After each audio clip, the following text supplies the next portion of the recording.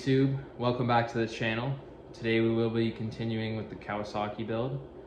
I will be taking off the complete triple clamp as well as a few other parts. The reason for this is because the bearings in the stem are shot, they're crunchy, they don't turn nice, so I thought, heck, why not just take off the triple clamps? We'll powder coat them, they look pretty beat up anyways, and that way it'll clash nice with the color of the suspension that's being done right now. It's still at MP1, Mike's still working on it. It should be done in about a week or two, so I'm super excited to reveal that to you guys. I hope you guys like it when they're done. And yeah, let's get this triple clamp off, get these parts ready and prepped for powder coat.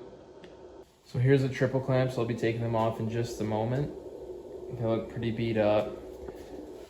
Plus I gotta take them off anyways, like I said, for the bearings. So I might as well get fancy with it. Same with these bar mounts. Pretty rusty, pretty dirty, got some sand and dirt in there. Gonna be powder coating those as well. And yeah, we're possibly gonna take off this clutch cover and redo it, because why not?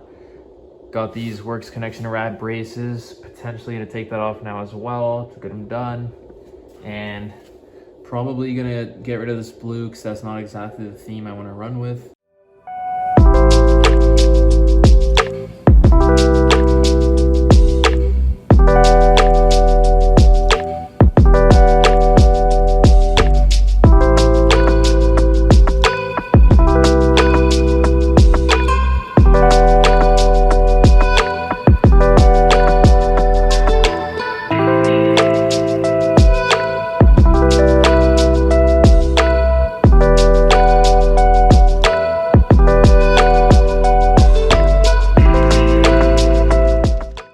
So guys, I finally got all these parts off.